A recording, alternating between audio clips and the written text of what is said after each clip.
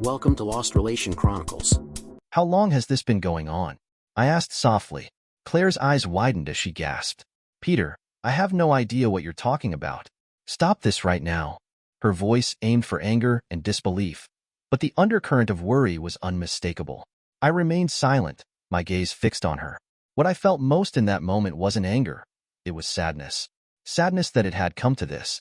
I'd given everything I had, and this was how it was repaid. My name is Peter Collins. I first met Claire Brown about 15 years ago at a university in Atlanta. I was the only child of pecan farmers in southern Georgia, raised by parents who were determined to see their one and only go to college. No matter the cost, as my daddy used to say. I went, I succeeded, and then everything fell apart. My parents were killed in a car crash when they were coming to meet me because I had ended up in the hospital due to a couple of badly broken legs as a result of falling on the icy steps in January. It didn't get frosty very often, and I wasn't used to it. Falling down was my own fault, and I signed a waiver saying I wouldn't sue the university. I just wasn't looking where I was going. So, there I was, laid up in traction and finding out from a grim-faced Georgia state trooper that I was an orphan.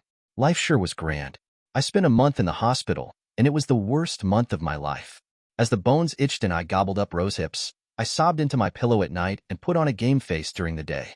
I'd be damned if I'd let any of these a-holes see me cry. When they finally let me out, I had no financial aid, no place to live, and no prospects. And of course, I had a giant pile of hospital bills I hadn't a hope of paying. My parents, as I said, were a couple of pecan farmers, and they sure as hell didn't have any savings. We lived paycheck to paycheck, and every spare dollar went into my college fund. That fund quickly disappeared, though, and I had to get a job on my newly healed legs. I ended up qualifying for work-study and went to work in the campus bookstore, which is where I met Claire Brown and where the rest of my life began. She came strolling into the bookstore one gorgeous September day and took my heart away. Now I have always been a fan of the more voluptuous body shape.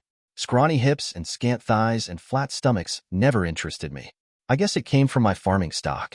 Skinny farmers and farmers' wives didn't eat well, and were thus not prosperous and wouldn't make good mates, or some damn shit, I don't know.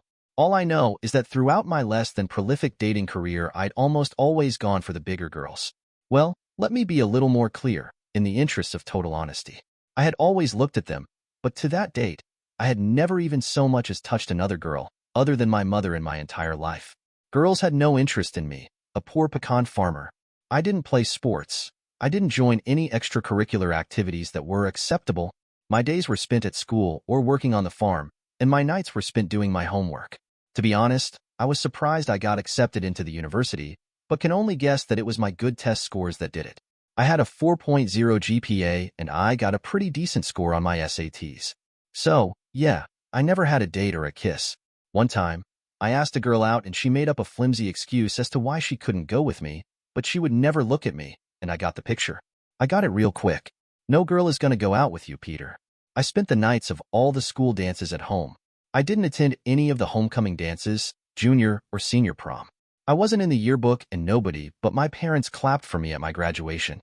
The principal didn't even look at me as he handed me my diploma, and I didn't attend any of the graduation parties. I went home and fertilized the pecan trees. I had no friends, and hardly anybody ever said a word to me all through high school, other than excuse me or get out of the way.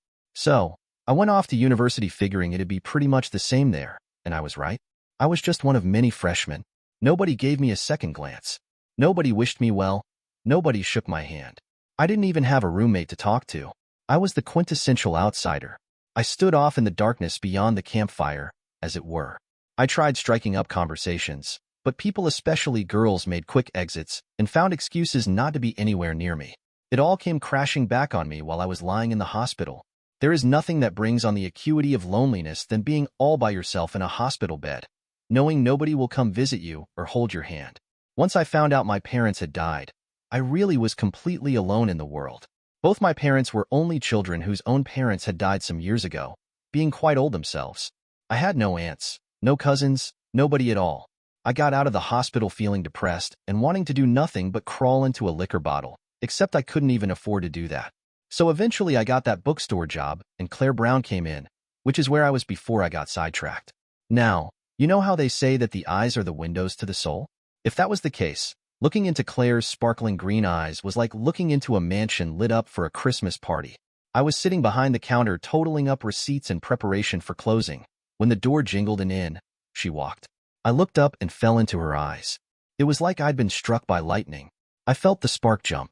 I must have stared at her for only a couple of seconds, but it felt like an eternity. She had short blonde hair that feathered around her ears and those captivating green eyes. She was short and wide, just the way I liked them. I forgot all about the receipts and just stared. "See something green?" she asked, startling me and smiling. I jumped guiltily and looked away. No, not at all. And now, even to this day, I don't know what made me say it, but I blurted out, "Would you like to go to dinner with me tonight?" She raised her eyebrows but didn't look at all put out of countenance. "Sure, why not? You look right enough." That was the start of my courtship. For the first time in a long time, I wasn't alone. We did everything together. We had a million things to talk about, and we were rarely seen out of one another's sight. I'm afraid that, like almost anyone else who hasn't had a great deal, I got rather possessive of Claire. And we did have a few issues. Now, being alone most of my life, I took on the habit of watching people. I think I've become quite a fairly decent amateur anthropologist as a result. Being male, most of my attention was obviously directed at women. There isn't a woman alive, fat or thin, who is happy with her body. I don't care what she says, there is always something. And there isn't a fat girl alive who actually does like being fat.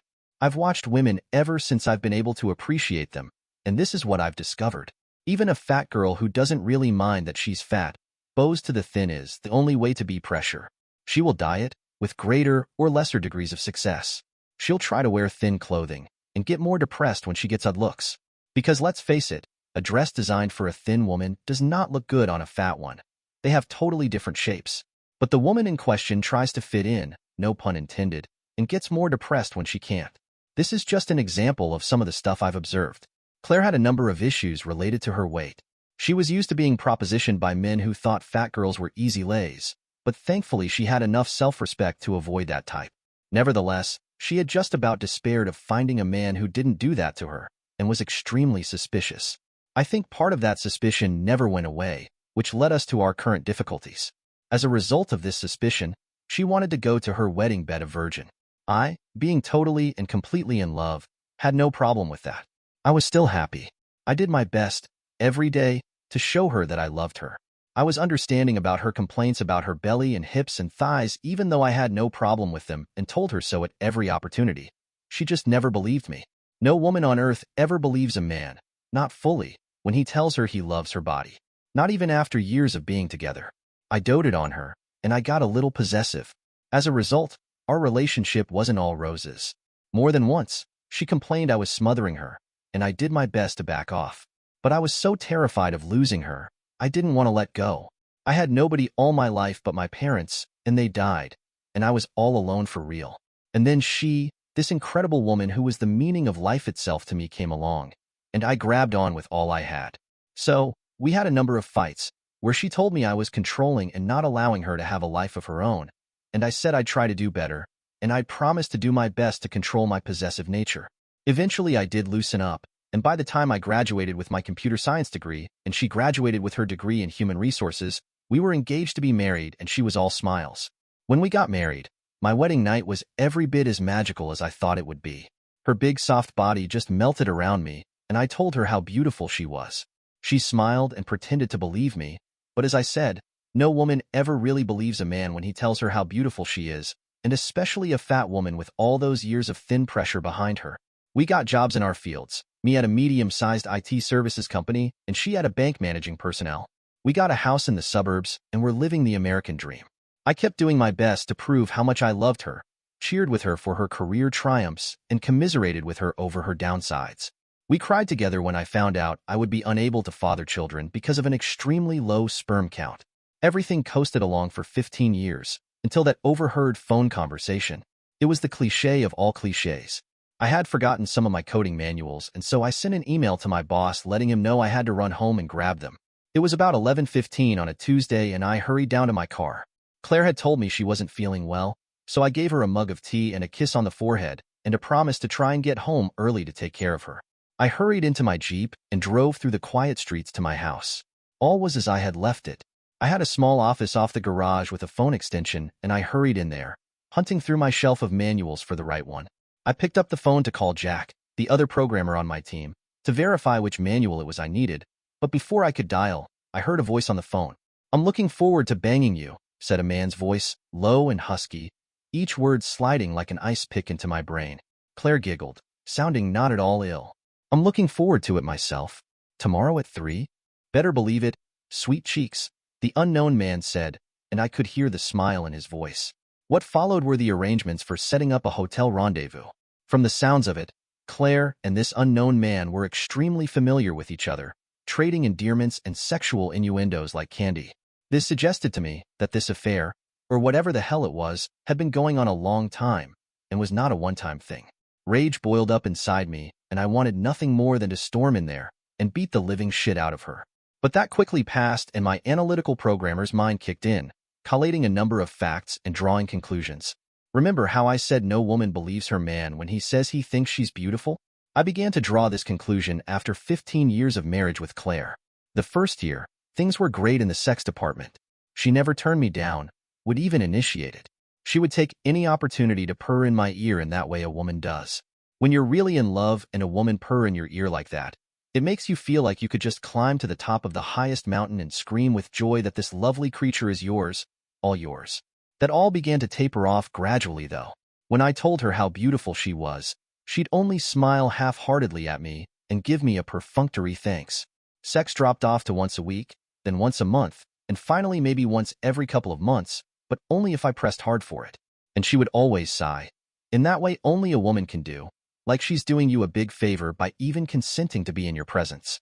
I'm sure all you guys know the sigh I'm talking about. Now, as I stood there in my little office, I tried to remember the last time I had been allowed to have sex with my wife, and I thought it was back in February. It was now November. She had lain there, not responding to my caresses and nibbles until I decided to just get it over with. It was totally unsatisfying. I tried to start something last week, and she'd slapped my hands away and said, "Not now. Go use your hand. Why don't you?" That had really hurt. Now I find out the reason I had been cut off was she was getting it somewhere else. That really pissed me off. She cut me, her husband, off, so that she could go screw some stranger. What the hell? Standing in my office, fresh from hearing that phone call, with a more mature view on things, I wondered if I married her because she was the first girl to ever really give me any attention. Thinking on it for a moment, I decided it didn't matter. I still loved her with all my heart, and what she had done had torn it right out. Right then I decided to find out everything I could about her affair or affairs, and then I'd confront her. Then I'd divorce her. She obviously didn't want me anymore and was just using me for a meal ticket or some damn thing. I was only the man who tried to prove he loved her and kept trying for 15 years. Who was this Daniel come lately? Now, I gotta be honest here.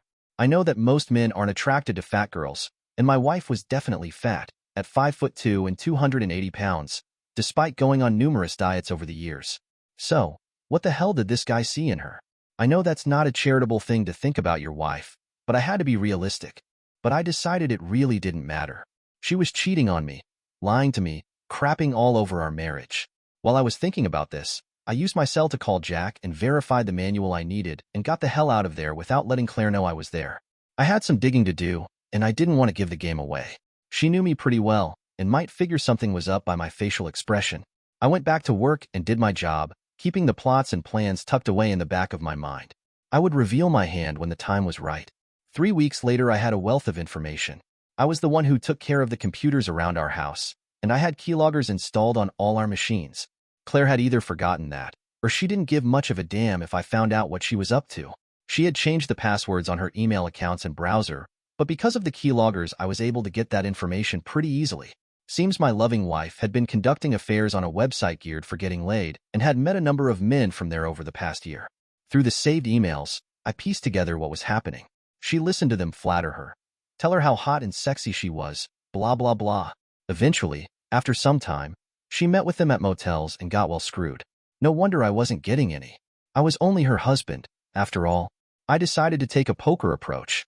I wouldn't show my entire hand. I would only come at her with Ethan, her latest assignation, and find out how truthful she would be. I printed out emails and got hotel receipts, and I even got pictures from a PI for whom I had done computer repairs. I got a discount from him because I had managed to save his entire client list and all his data. I sat in the darkened living room and waited for Claire to get home. She was at the Super 8 hotel downtown with Ethan, getting screwed but good. according to the PI. I sat, I drank coffee, and I waited. 2 hours later, at 9 p.m., Claire came in, looking happy and humming a bit. She started a little when she saw me sitting in the dark living room, idly rocking and cradling a coffee cup. Peter, you scared me. What are you doing here? How long have you been screwing him? I asked gently. Claire gasped. Peter, I have no idea what the hell you're talking about. Stop this at once. The tone was trying very hard for anger and incredulity, but sounded more worried than anything.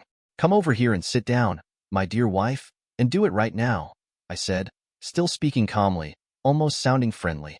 Looking dazed, Claire came over and sank into the couch across from me, her face pale, the happiness I had seen on it earlier nowhere in evidence. Now, how long have you been screwing Ethan Carter? I asked again. Who is that? She was trying again for indignation, but sounding only weak. I didn't answer, just continued to stare at her. She couldn't meet my gaze and looked away at the wall behind me. For weeks, she said, whispering now. I nodded. Thanks for being honest for once. Is he the only one? Yes, I swear, she said, but she still didn't meet my eyes. I nodded gently and smiled. So the names, let's see. Henry Marshall, Nathan Taylor, James Whitaker, Daniel Reed, and Victor Bennett would mean nothing to you, right? She gasped. How daft. Never mind how. I want to know why, Claire. Why did you do this to us? She put her face in her hands and cried. I wasn't moved at all by her tears. They meant nothing, only that she was caught. Her betrayal had turned my heart into ice. I waited. Finally, she got a grip on herself and looked back up at me. Even puffy and red, she was still the most beautiful woman I knew. I hated and loved her. I needed and detested her. Peter, I love you, she said. I snorted, but said nothing. I do. Really? With those other guys, it was just sex. Uh-huh, I said. Sex you weren't giving me. She looked guilty, but I didn't believe it for a second. Well, they made me feel beautiful, she said.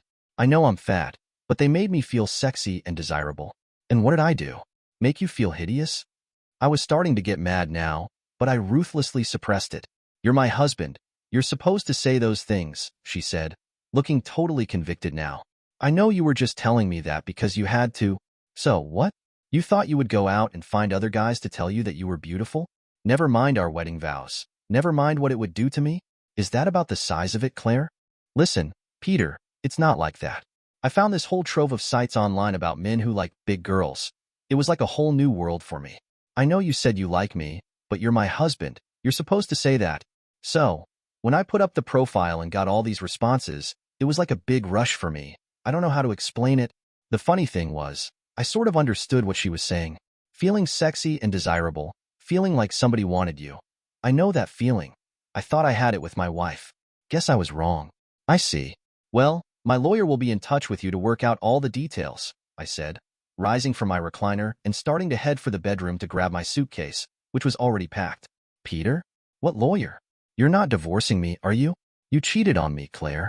The first time you hit the submit button on your first profile. The first time you sent sexy pictures to Victor or whoever your first sex buddy was. The first time you shut the first motel door on me, you cheated. And I refuse to live with a cheating bitch like you. She started to cry in earnest, but I was unmoved and went to get my suitcase. I gave her everything I had and she took it and threw it back in my face. I left the house, suitcase in hand, and slammed the door on her wails. I still loved the stupid bitch, but I wasn't going to comfort her. Not after all I'd done, and after all she'd done. I gave her half my adult life, and she tossed it away for some cheap thrills. I got in my car and headed for a cheap apartment I had found near work. I'd give my lawyer the papers tomorrow. I just wanted the marriage over with. I didn't want to inflict any damage on her. She ripped all the fight out of me. For a while, however, I was tempted to just let her do her thing. At least I wouldn't be alone. But then I realized I already was. She'd given herself to others, and the only thing with me was her body. Her mind was elsewhere. The divorce went through without much of a fuss. Claire tried to talk with me, but I didn't want to listen. She had nothing to say that I wanted to hear. Even though I knew, intellectually, that no woman ever really believes her man when he says she is beautiful, I thought Claire would believe me enough to not try to seek verification outside the marriage. 6 months after that tense confrontation in the living room, the divorce was finalized. I heard Claire had moved to Tennessee to be with Ethan. Word was, he had introduced her to the swinger community up there. Maybe she found the affirmation she was seeking from them. I honestly didn't care. As for me, life returned to a hollow rhythm. I continued working at my IT job and living in my modest apartment. I didn't date, didn't socialize much. It felt like high school and college all over again. Lonely, uneventful, and disconnected. No relationships, no nights out. I resigned myself to the idea that this was how it would always be. Alone, looking in from the outside. The 15 years I spent married to Claire felt like a mirage, a temporary escape from a life that had never truly changed. Over time, I came to believe there were no such things as happy endings, just varying degrees of bad outcomes. In cases of betrayal, there are no winners, only losers. Everyone ends up broken in their own way. 5 years after the divorce, I learned Claire had died. She'd been murdered by someone she'd met online, a horrific act of violence that ended her life. I found myself wondering if, in her final moments, she still believed in the beauty and allure she'd sought so desperately. But even those dark thoughts didn't linger. By then, I was numb, detached, and, frankly, indifferent.